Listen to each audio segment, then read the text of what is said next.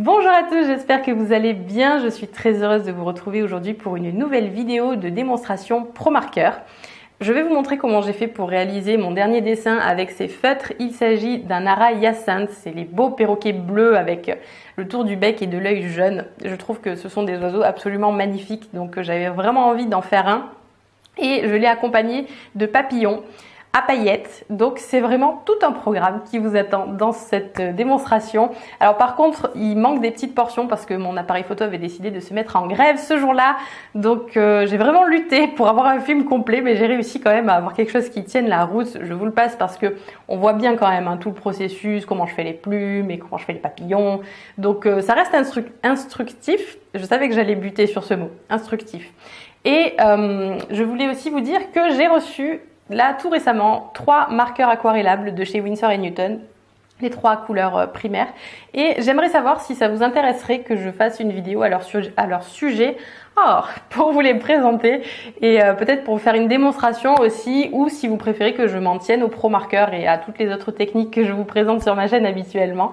Donc dites-le moi dans les commentaires, comme ça j'en tiendrai compte pour mes prochaines démonstrations. Et aussi, la dernière chose que je voulais vous dire, c'est que jeudi prochain, il n'y aura pas de vidéo parce que je pars en vacances pendant une semaine et donc il y aura une vidéo le jeudi d'après. Je ne sais pas encore de quoi, mais en tout cas, je vous préparerai ça dès mon retour. Et comme ça, vous aurez votre vidéo dans 15 jours. Sur ce, je vous laisse avec le tutoriel. Comme toujours, j'ai ajouté mes commentaires pour que vous puissiez en retirer le maximum et pour vous faire part de mes découvertes en matière de ProMarker. Donc, c'est parti pour la démonstration. Je me suis donc lancée dans la création de ce bel ara hyacinthe que j'avais préalablement photographié. Et c'est vrai que pour moi, c'est important de travailler le plus souvent possible à partir de mes photos. Je trouve que ça apporte quelque chose de plus, ça rend le tableau encore plus personnel. Et du coup, j'ai pensé que les ProMarker se prêteraient bien à cette belle couleur bleue très profonde. Et j'ai trouvé qu'il lui apportait vraiment un très beau contraste. C'est vrai que ces feutres ont de belles couleurs. Globalement, le nuancier est vraiment sympa. Et le fait de pouvoir ajouter du pastel par-dessus, ça m'a permis d'ajouter le plus de détails possible et de donner aussi à ces plumes la brillance. Ça, la brillance, c'est un truc que je n'arrive pas encore très bien à rendre en utilisant uniquement les ProMarker. Donc pour moi, les pastels, ça me permet de pallier un petit peu à mes faiblesses. Et vu que c'est quelque chose que je maîtrise très bien pour le coup, du coup, j'arrive à m'en sortir comme ça, même si mon expérience en ProMarker est encore assez faible, il faut bien le reconnaître. Et d'ailleurs, j'aimerais remercier les personnes qui ont participé dans les commentaires à ma dernière vidéo sur les ProMarker.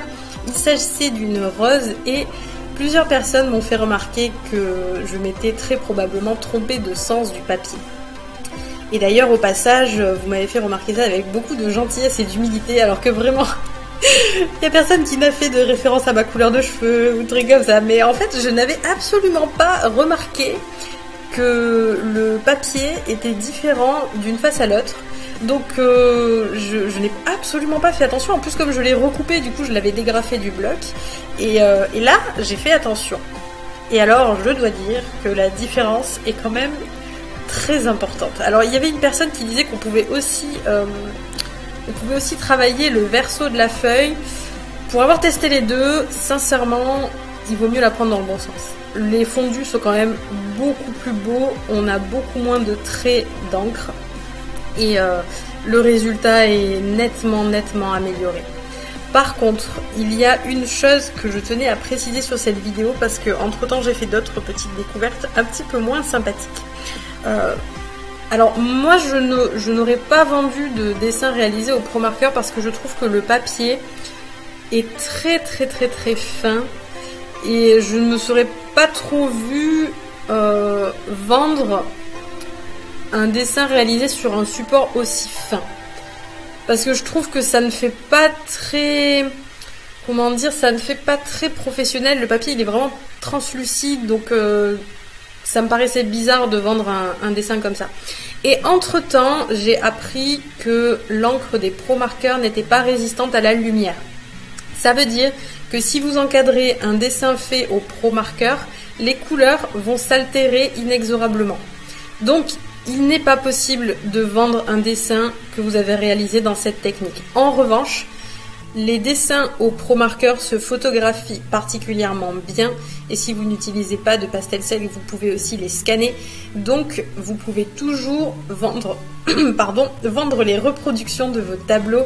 Notamment, si vous n'aviez pas vu ma vidéo, je vous mets le lien. Vous avez des sites comme Redbubble qui proposent la création et l'expédition de vos reproductions, reproductions artistiques mais aussi sur divers objets. Donc pour moi, mes créations au Pro Marker seront exclusivement réservées à la vente de reproductions et je n'envisagerai pas de vendre les originaux à mes clients. Le travail des plumes, comme vous pouvez le deviner, c'est un travail assez long. C'est un tableau qui m'a demandé, je dirais bien 6 heures parce que j'avais 5 heures et quelques d'enregistrer, mais comme mon appareil photo avait ses petits problèmes, du coup il m'en manque une bonne partie. Mais je pense qu'il y a bien eu 6 heures, voire 6 heures et demie de mise en couleur. Et peut-être que vous vous dites, oh là là, mais ça doit être terriblement ennuyeux. Alors moi personnellement je ne le vois pas du tout comme ça. En fait, pour tout vous dire, quand j'ai fait ce perroquet, je venais de subir une petite opération. Et je n'étais pas du tout dans mon état normal parce que j'avais été un petit peu traumatisée. Et après avoir comaté un petit peu sur mon canapé, je me suis dit il faut que je fasse quelque chose pour m'occuper.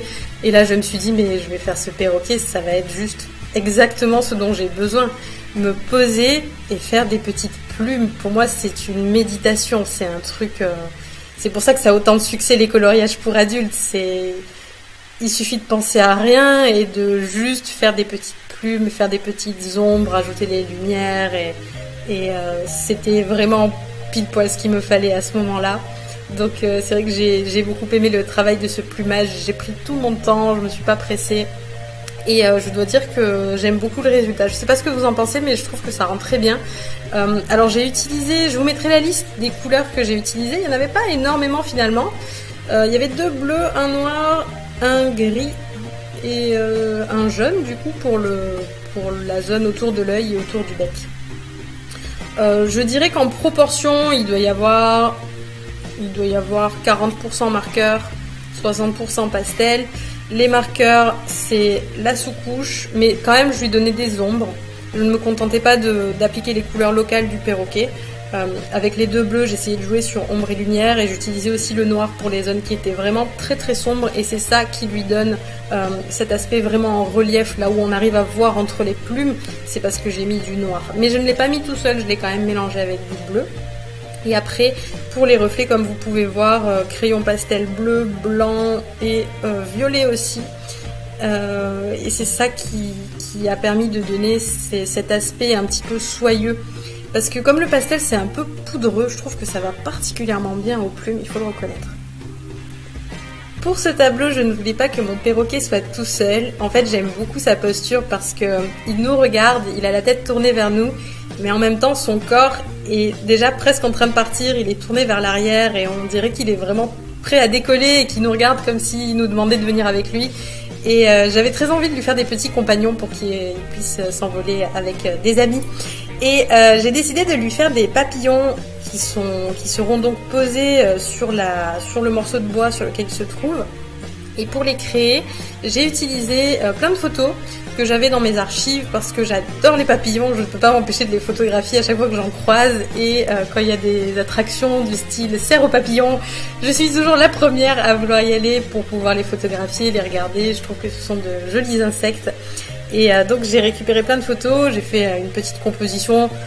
Alors c'était pas quelque chose que j'ai énormément élaboré, j'ai pas fait d'études préalables, j'ai posé mes papillons au fur et à mesure comme je le sentais. Et par contre, ce que j'ai fait, c'est que j'ai modifié leurs couleurs, puisque à la base ils étaient toutes les couleurs, mais là, je voulais vraiment qu'on sente un lien entre ces papillons et ce perroquet. Je voulais qu'il y ait une espèce de relation très très intime.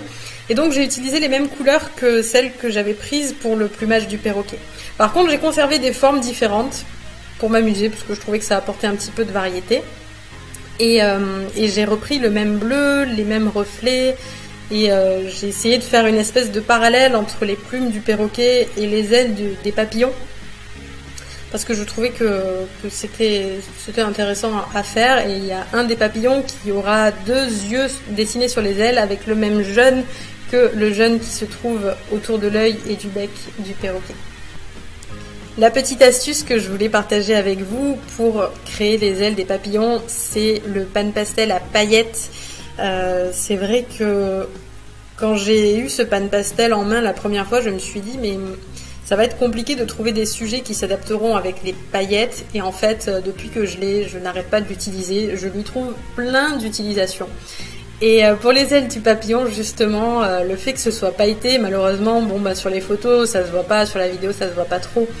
Mais sur le dessin en réel, c'est super beau. C'est super frustrant parce que du coup je ne peux pas vendre l'original vu qu'il n'est pas résistant à la lumière, donc personne n'en profitera jamais vu que je ne vais vendre que des reproductions. Mais bon, voilà, elles sont là quand même et elles sont là et c'est bien qu'elles soient là.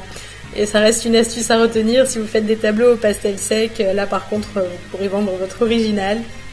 Et du coup vous pourrez l'illuminer avec des petites paillettes. Je trouve que c'est très sympa. Ça rend très bien.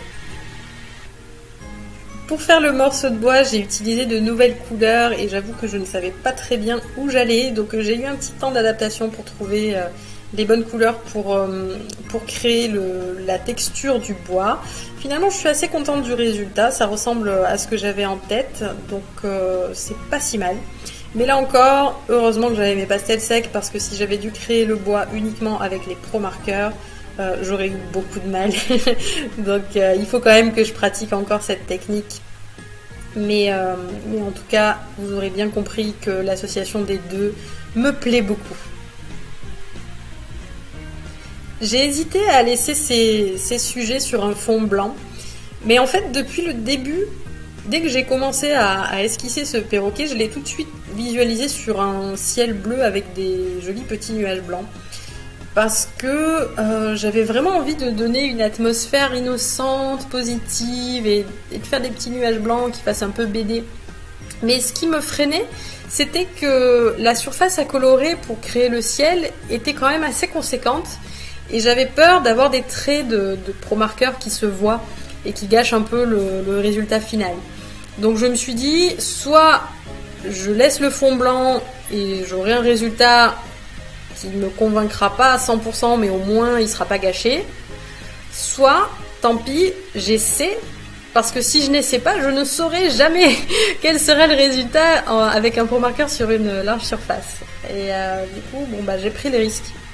Et je vous invite, vous aussi, à prendre des risques, parce qu'au pire des cas, même si vous avez gâché votre dessin, c'est qu'un dessin, c'est pas grave, vous pouvez toujours le refaire et vous saurez pour la prochaine fois qu'il ne faudra pas faire ça. Et pour ce qui est de ce ciel, il y a bel et bien eu des traces, mais je trouve quand même que, puisque j'ai fait des nuages blancs, ça peut évoquer des espèces de petits nuages très translucides ou des variations d'atmosphère. Donc finalement ça va. Bon, c'est pas ce que j'avais en tête, mais je trouve que c'est acceptable. Donc voilà. Je ne regrette pas, tout va bien. Et aussi, j'étais très contente de découvrir qu'on pouvait faire des projections d'encre avec les pro marqueurs sans faire quelque chose de particulier, juste en secouant les feutres. Alors je sais pas, c'est peut-être une énorme bêtise que je vous dis, il faut surtout pas le faire, mais en tout cas j'ai trouvé que ça rendait super bien. Donc j'ai fait quelques projections à l'encre bleue pour évoquer le plumage du perroquet et les ailes des papillons. Et je trouve que ça apporte un petit côté magique que je recherchais avec ce tableau. Merci beaucoup d'avoir regardé cette vidéo, j'espère qu'elle vous a plu. Si vous avez des remarques, des conseils pour utiliser les pro marqueurs, n'hésitez pas à les préciser dans les commentaires. Je suis sûre que cela pourra être utile à moi comme à mes autres abonnés. Et si vous avez des questions, vous pouvez aussi les poser. Je ne vous garantis pas d'être en mesure d'y répondre, mais avec un peu de chance, quelqu'un qui sait passera par là. Moi, je vous fais des gros bisous. Je ne vous dis pas à la semaine prochaine parce que je serai en vacances. Donc, je vous dis à dans 15 jours. Salut!